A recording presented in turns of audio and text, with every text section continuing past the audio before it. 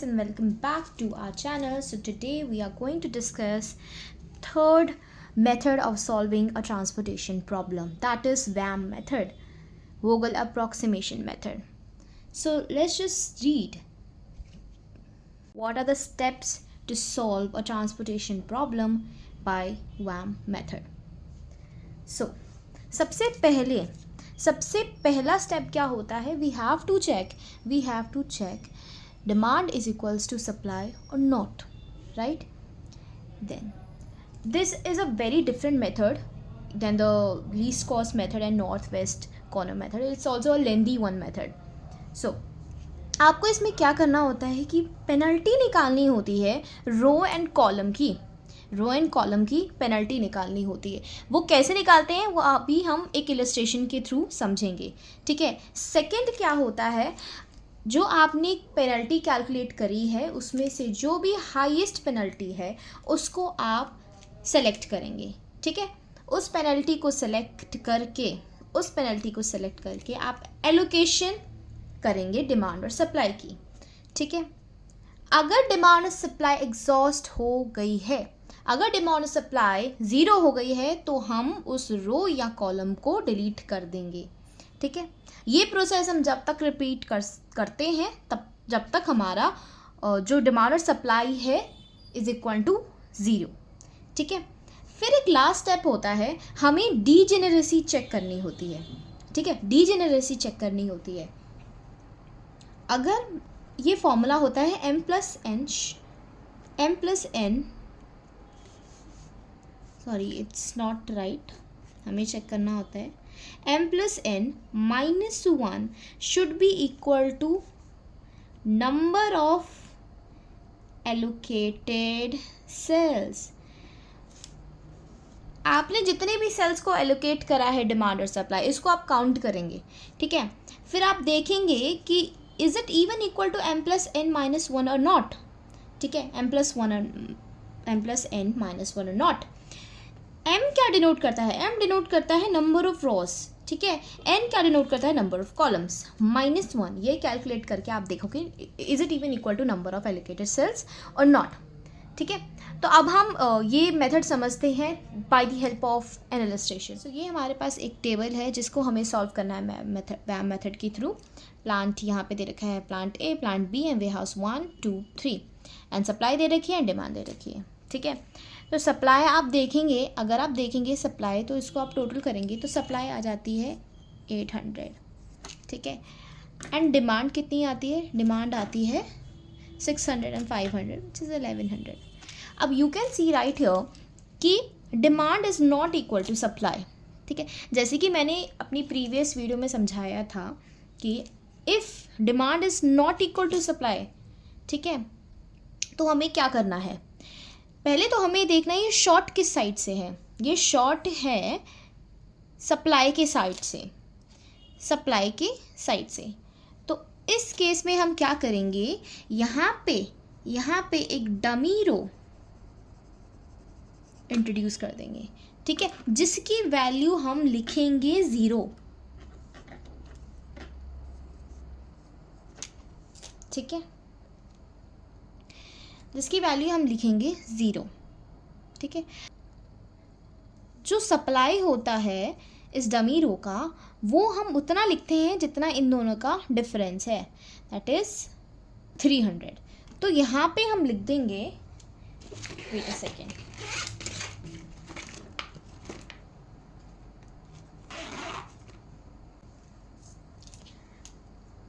तो यहाँ पे हम लिख देंगे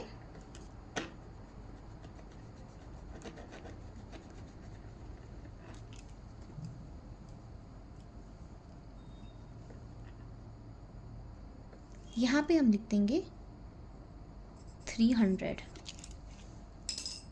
ठीक है, 300.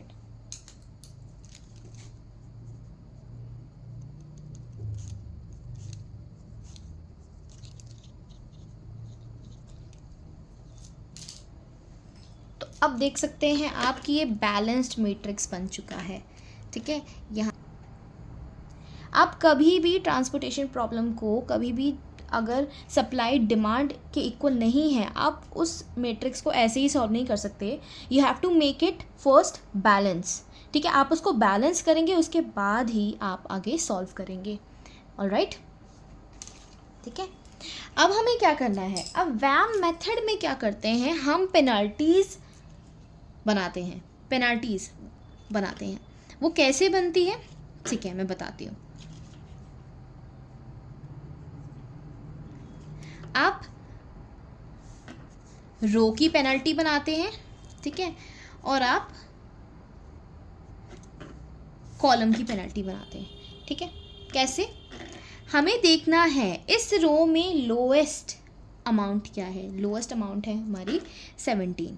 ठीक है, एंड जो इसका सेकंड लोएस्ट है वो है 25. इन दोनों का डिफरेंस क्या है, 8. हम 8 लिख देंगे. ठीक है, अब इस रो में सबसे लोएस्ट है 10, देन उसका सेकेंड लोएस्ट है 15. इन दोनों का डिफरेंस 5. राइट, अब इस कॉलम में लोएस्ट क्या है, 0. ठीक है, 0. देन इसका सेकेंड लोएस्ट क्या है, 15. तो इन दोनों का डिफरेंस है 15. यहाँ पे भी 0 है, सेकेंड लोएस्ट है 10, तो 10. 0 एंड 18, दोनों का डिफरेंस 18. ठीक है, अब हम ये देखेंगे जितनी भी हमने पेनल्टीज़ क्रिएट करी हैं उसमें से हाईएस्ट पेनल्टी कौन सी है. तो हम देख सकते हैं यहाँ पे जो हमने कॉलम की पेनल्टीज़ क्रिएट करी है इसमें से हाईएस्ट है 18. तो इसको हमने सेलेक्ट कर दिया. ठीक है, अब आपने सेलेक्ट कर दिया. अब आप क्या करेंगे, सिंस इस पेनल्टी को सेलेक्ट करा है तो आप देखेंगे इस कॉलम में लोएस्ट क्या है, 25, 18, 0. Of course 0. तो इसको हम एलोकेशन कर देंगे. ठीक है, इसको हम एलोकेशन कर देंगे. कैसे करेंगे,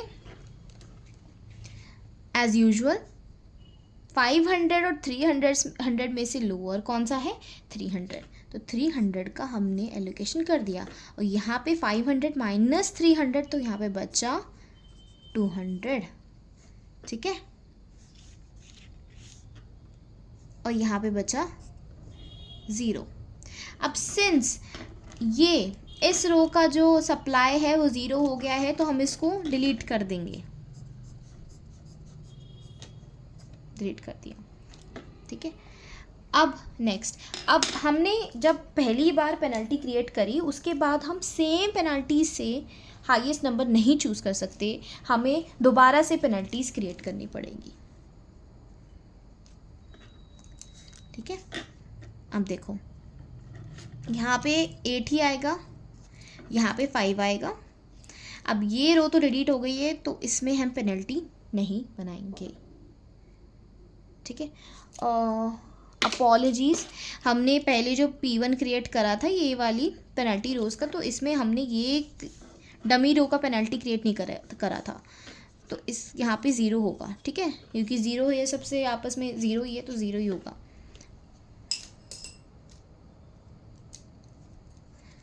ठीक है, अब कॉलम की पेनल्टीज़, यहाँ पे क्या आएगा, सिंस आप देख सकते हैं ये रो तो डिलीट हो गया तो यहाँ पे 0 का तो कोई मतलब है ही नहीं. ठीक है, तो हम देखेंगे 25, 15 का डिफरेंस देखेंगे क्योंकि इसमें से लोअर कौन सा है, 15. नेक्स्ट लोएस्ट क्या है, 25. ठीक है, 0 को हम कंसीडर नहीं करेंगे सिंस ये रो डिलीट हो चुकी है. तो यहाँ पे होगा 10. यहाँ पे होगा 17 माइनस 10, 7. 25 माइनस 18, 7. राइट, अब देखेंगे जो पेनल्टी क्रिएट करी है इसमें से सबसे हाईएस्ट पेनल्टी क्या है. हाईएस्ट पेनल्टी है 10, तो इसको सेलेक्ट कर लेंगे. ठीक है, अब इस कॉलम में लोएस्ट कौन सा है, 15. तो 15 को हमने सेलेक्ट कर लिया, इस सेल को हमने सेलेक्ट कर लिया और इसको एलोकेशन कर दी. कैसे करेंगे, 300, 500. 300 500 में से लोअर कौन सा है, 300. तो 300. अब ये 300, ये जो डिमांड है एग्जॉस्ट हो गई है, ये यहाँ पे 0 है. ठीक है, अब ये 0 है. ठीक है, तो ये कॉलम भी हम डिलीट कर देंगे. यहाँ पे रहा 200. 500 माइनस 300, 200. ठीक है, अब हम दोबारा से पेनल्टीज़ क्रिएट करेंगे. यहाँ पे क्या होगा 17 माइनस 25, 17 माइनस 25 8, यहाँ पे क्या है 10, 18 माइनस 10 8। ये तो कॉलम एग्जॉस्ट हो चुका है, डिलीट हो चुका है, तो यहाँ पे कुछ नहीं करेंगे। यहाँ पे क्या है 17 माइनस 10, 25 माइनस 18 7। ठीक है, अब इसमें से सबसे हाईएस्ट पेनल्टी क्या है? ठीक है, सबसे हाईएस्ट पेनल्टी है 8, बट 8 दो जगह पे है। ठीक है, दो जगह पे है, तो इस केस में हम क्या करते हैं? ठीक है, अब इसमें हम क्या करेंगे, हमें देखना है किस रो में सबसे लोएस्ट अमाउंट का सेल कौन सा है। वो है 10, यहाँ पे 10 है, तो इस पेनल्टी को हम सेलेक्ट करेंगे। इस पेनल्टी को सेलेक्ट करके इस सेल की एलोकेशन कर देंगे। कितना एलोकेशन होगा? 300 और 200 में से लोअर कौन सा है? 200, सो 200। ये सप्लाई भी एग्जॉस्ट हो गई, यहाँ पे बचा 100। ठीक है, अगर ये सप्लाई एग्जॉस्ट होगी तो इसको भी हम डिलीट कर देते हैं। अब हमारे पास 2 ही सेल बचे हैं, इसको हम ऐसे भी एलोकेशन कर सकते हैं। इसमें से लोएस्ट कौन सा है? सबसे पहले तो देखेंगे लोएस्ट कौन सा है, 17, तो इसको एलोकेशन कर दी हमने 100। ये एग्जॉस्ट हो गया। ठीक है, ये वाला कॉलम एग्जॉस्ट हो गया, डिलीट हो गया। अब यहाँ पे बचा है, अब सिंस यहाँ पे 100 है तो यहाँ पे बचेगा 200, 300 माइनस 100 200। ठीक है, अब देख सकते हैं हमारे पास डिमांड भी 200 है, सप्लाई भी 200 है, तो इस सेल को हम ऑब्वियसली 200 ही करेंगे, तो 0 हो गया। अब हम देख सकते हैं डिमांड और सप्लाई 0 हो गई। ठीक है, हम तब तक प्रोसेस को रिपीट करते हैं जब तक डिमांड सप्लाई 0 नहीं हो जाती। अब हमें क्या करना है? हमें क्या करना है? डीजेनरेसी चेक करनी है। ठीक है, डीजेनरेसी चेक करनी है। वो हम कैसे चेक करेंगे? m+n-1 is equal to number of allocated cells. अब हम देख सकते हैं यहाँ पे एलोकेटेड सेल्स कितने हैं? BW1, BW2, dummy W3, AW2 and AW3। तो हमारे पास कितने सेल्स हैं? 1 2 3 4 5, 1 2 3 4 5 एलोकेटेड सेल्स हैं। ठीक है, तो हम डीजेनरेसी चेक करेंगे। ठीक है, m+n-1, तो m क्या है? Number of rows, n is number of columns, -1 should be equal to number of allocated cells. ठीक है, तो हम देख सकते हैं कि यहाँ पे हमारे पास रोज हैं 3, A, B and dummy, and columns भी हैं 3, W1, W2, W3, 3 -1। ठीक है, तो हमारे पास 5 आ गया है, it equals to number of allocated cells. ठीक है, now we can say the solution is non degenerate. Non degenerated का मतलब क्या होता है? इसका मतलब ये होता है कि ये जो हमने एलोकेशंस करी है, ठीक है, एलोकेशंस करी है, उससे हमारा ये जो मैट्रिक्स है ये हमारे पास फीजिबल, बेसिक फीजिबल सोल्यूशन बन चुका है। ठीक है, इससे क्या कर सकते हैं हम? आगे इसको सॉल्व कर सकते हैं। आगे now we can move forward. ठीक है, अगर कंडीशन फुलफिल नहीं होती, ठीक है, ये कंडीशन फुलफिल नहीं होती, तो हम इस सोल्यूशन को बोलते डीजेनरेट सोल्यूशन। ठीक है, अब आगे क्या करना है? Let's see. अब हमारे पास नेक्स्ट स्टेप क्या है? हमने ये टेबल बना लिया है। ठीक है, इसमें एलोकेटेड सेल्स हैं, कॉस्ट है, और ये कॉस्ट को हम डिनोट करेंगे CIJ से। ठीक है, CIJ का फॉर्मूला है UI + VJ। अब ये UI क्या है और VJ क्या है? U है, UI रोज है, और VJ है कॉलम्स। ठीक है, अब यहाँ पे I और J क्या है? I है A, that means row A। J क्या है? W2, that means column W2। तो यहाँ पे हमारे पास रो कौन सी है? A। नंबर क्या है रो का? 1, तो ये है हमारे पास C1, और कॉलम कौन सा है? 2, तो C12 लिख देंगे। ठीक है, यहाँ पे भी C रो है 1, कॉलम है 3 तो C13, ठीक है। यहाँ पे रो 2 क्योंकि B है तो रो 2 इज़ B, ठीक है। और कॉलम क्या है 2 तो C22। सेम यहाँ पे क्या है रो 2 कॉलम 1 C21। रो डमी रो को हमने C यहाँ पे डिनोट कर दिया है तो डमी रो क्या है हमारी थर्ड रो तो C3 कॉलम 3 तो C33, ठीक है। अब हम C12 C13 C22 C21 C33 इसकी वैल्यू निकालेंगे UI प्लस VJ के थ्रू। पहले तो इसको हम ऐसे नहीं सॉल्व कर सकते, क्यों? क्योंकि UI की वैल्यू हमें सबसे पहले लेट 0 लेनी होती है। अगर इसको 0 लेट नहीं करेंगे तो ये जो CIJ की वैल्यू निकाल रहे हैं वो सॉल्व नहीं होगा। तो C12 कितना है? C12 का मतलब है U1 plus V2, right, U1 plus V2। C13 का मतलब है U1 plus V3। C22 U2 है। अब हमने सारे सारे सेल्स की हमने यहाँ पे फॉर्मूला लिख लिया है, ठीक है। अब क्या करना है हमें, सिंस U1 को हमने 0 लेट किया है तो उसकी हेल्प से हम V2 निकालेंगे। कैसे?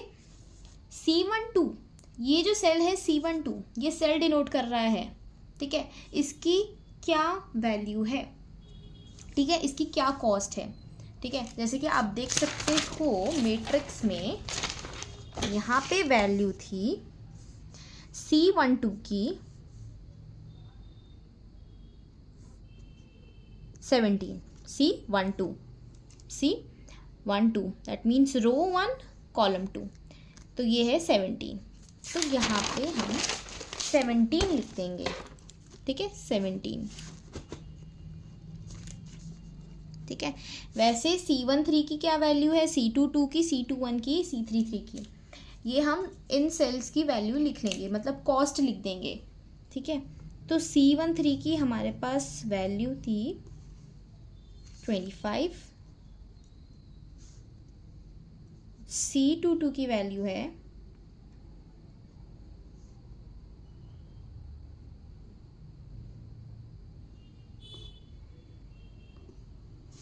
C22 की वैल्यू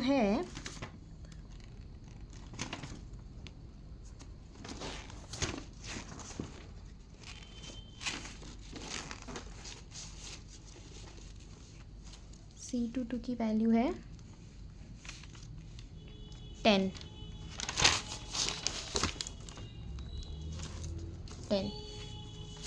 C21 की वैल्यू है 15 एंड C33 की वैल्यू है 0, ठीक है। ये हमने इन की वैल्यू निकाल ली। अब U1 0 है प्लस V2 है तो U1 कितना V2 कितना निकलता है, V2 निकलेगा 17 माइनस 0 प्लस 17, ठीक है। अब V2 यहाँ पे निकल गया है, ठीक है।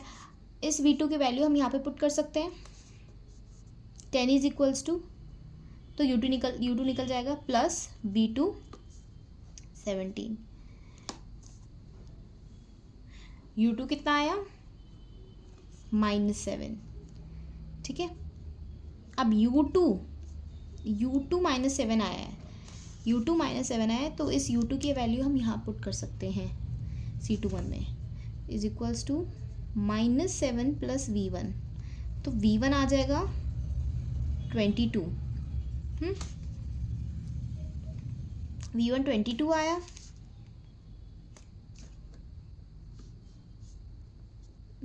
U3 V1 22 आया, V1 22 आया,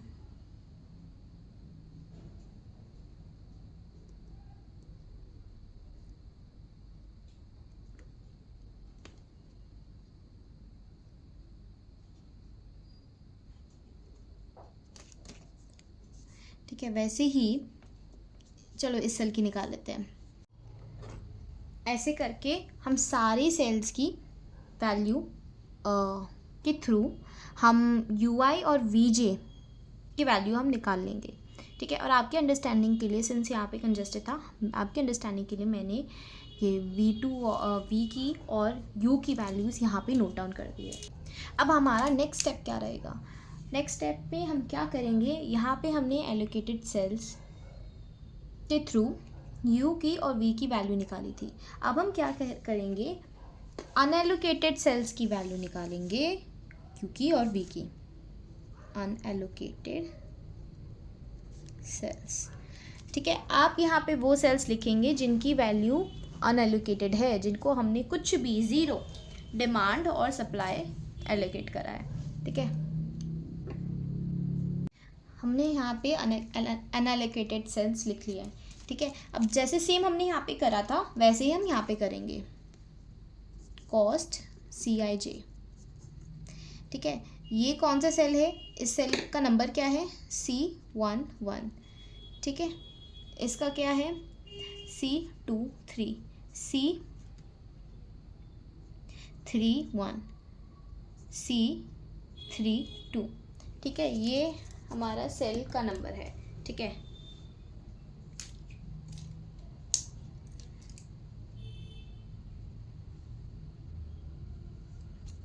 यहाँ पे UI क्या है, यहाँ पे UI है C1, दैट मीन्स U1 क्या निकाला था, U1 था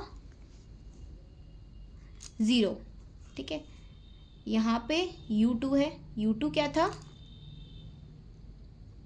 U2 ओके, U2 था -7 पे U3 था -25 और U3 अगेन -25, ठीक है। यहाँ पे हम V कॉलम की वैल्यू लिख देंगे, V1 ये ना C ये वाला, तो V1 क्या था 22, V2 -25, sorry V3 V1 2 and then V2 17, ठीक है। अब हमें अपॉर्चुनिटी कॉस्ट निकालनी है,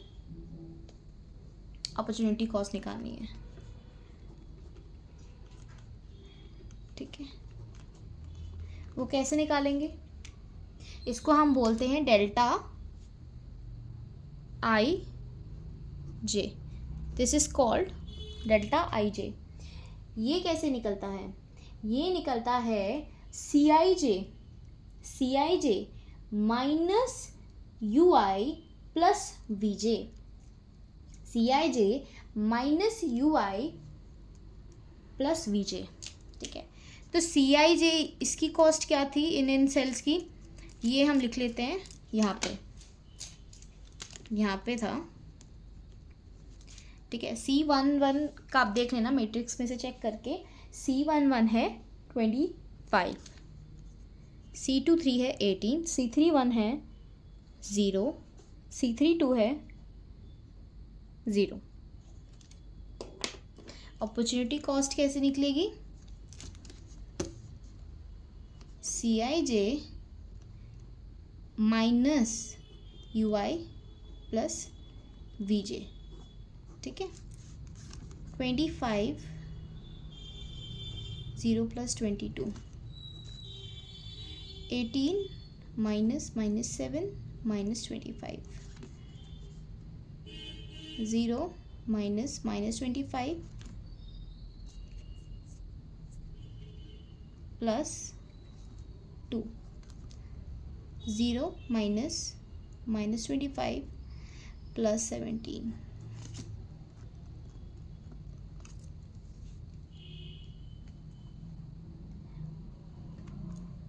ठीक है। अब इसको सॉल्व करेंगे तो ये हमारा आएगा 3, 25 - 22 3, ठीक है। ये आएगा 0,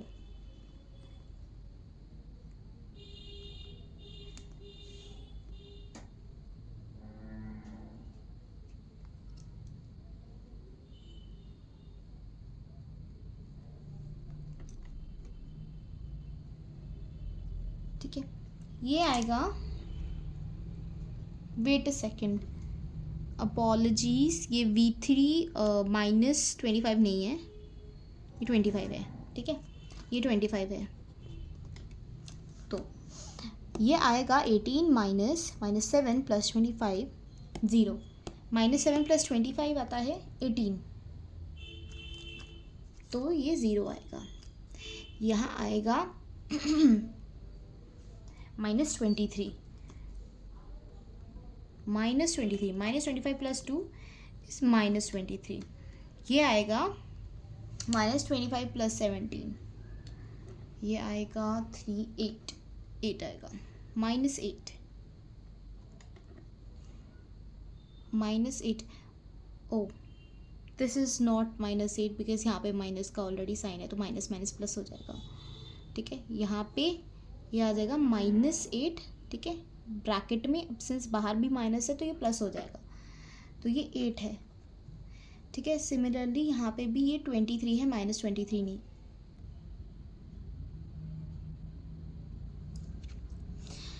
अब नेक्स्ट हमें क्या करना है, हमने अपॉर्चुनिटी कॉस्ट निकाल ली, ठीक है। अब हम देख सकते हैं जितनी भी अपॉर्चुनिटी कॉस्ट निकाली है इसमें कोई भी अमाउंट नेगेटिव नहीं है, ठीक है। अगर अमाउंट नेगेटिव नहीं है, we can say solution is optimal, ठीक है, ऑप्टिमल है, एंड हम इसको ऐसे सॉल्व कर सकते हैं, वी कैन मूव अहेड, ठीक है। ये टेस्ट करने के बाद वी कैन फाइंड कि सोल्यूशन ऑप्टिमल है and we can move ahead, ठीक है। अब हम कॉस्ट निकाल सकते हैं, कैसे निकालेंगे, यहाँ पे हम जो सेल्स हमने एलोकेट कर दिए थे उसको हम लिख लेंगे, AW1, BW3, sorry AW2, AW3, BW2, BW1 and CW3, ये डमी वाला है, ऑलराइट, ठीक है। प्लांट ए से वेयर हाउस तक कितना कॉस्ट लगता है, ठीक है, वो हम देखेंगे। यहाँ पे हम लिख देंगे ट्रांसपोर्टेशन कॉस्ट, ट्रांसपोर्टेशन कॉस्ट क्या है, ठीक है, इन सेल्स की ट्रांसपोर्टेशन कॉस्ट क्या है आप चेक कर सकते हो, AW2 है, तो AW2 की कॉस्ट थी यहाँ पे 17, ठीक है, 17, AW3 and BW2, AW3 25, BW2 15, BW1